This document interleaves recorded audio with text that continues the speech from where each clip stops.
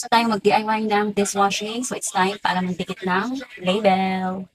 Yoga na nito na mga produktong pang araw-araw. Kahit anong hanap mo, may barian para sa'yo. Oh wow. May skincare, pang kalusugan, may pangkusina at palakasan. Kahit saan, kahit kailan, basta kalangga, wala iwanan. Kalangga para sa'yo, iba't ibang produkto subukan mo.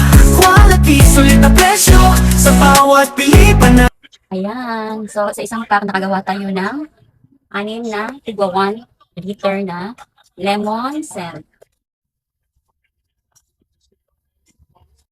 Depende sa inyo kung magkano yung ibebenta, pero para sa akin, binibenta ko ito ng mga 50 to 60 pesos. Para medyo malaki naman yung po kasi binibili ko din ito bottle. So, mag-posting na lang po kayo para malaman nyo kung magkano yung profit ninyo. At sa 6 na 1 liter na nagawa ko sa isang pack, yung 5 1 liter, yun yung binibenta ko. Tapos yung natitirang isang 1 liter, yun yung kinukonsumo namin dito sa bahay.